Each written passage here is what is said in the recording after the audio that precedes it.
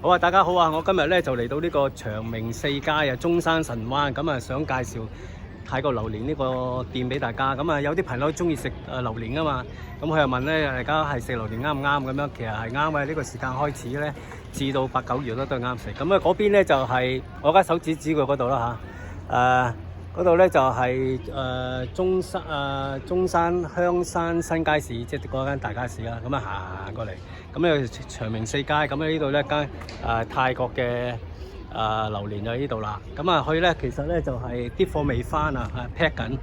咁咧咁佢專賣榴蓮嘅，咁佢又同我講佢嘅營業時間啦，星期一至日，咁咧就係11點至到夜晚10點。咁而家呢個鋪面咧個榴蓮咧就唔係咁多，不過咧佢啲車咧就去運緊入嚟㗎啦。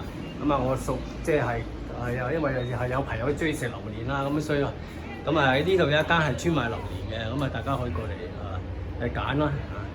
咁佢遲啲會入到即係入貨多嘅時候，大家可以過嚟揀啦。忍唔住口想食嘅，咁呢度都有榴蓮嘅。咁佢咧就除咗有新鮮嘅榴蓮之外咧，佢有啲雪凍嗰啲榴蓮㗎嘛。咁啊都係咁樣嘅，都係咁樣嘅。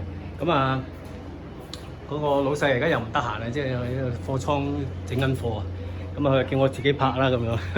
咁啊好啦，咁啊大家知啦，呢度有榴蓮食啦。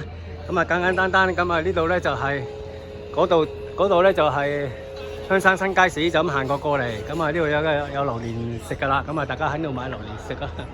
咁啊價錢可能會今年可能貴些少嘅。好啦，呢條片到呢度，希望大家分享出去嚇，多謝大家，拜拜。都係咁樣講嘅，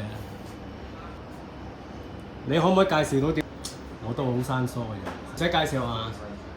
咁我淨係同你講問。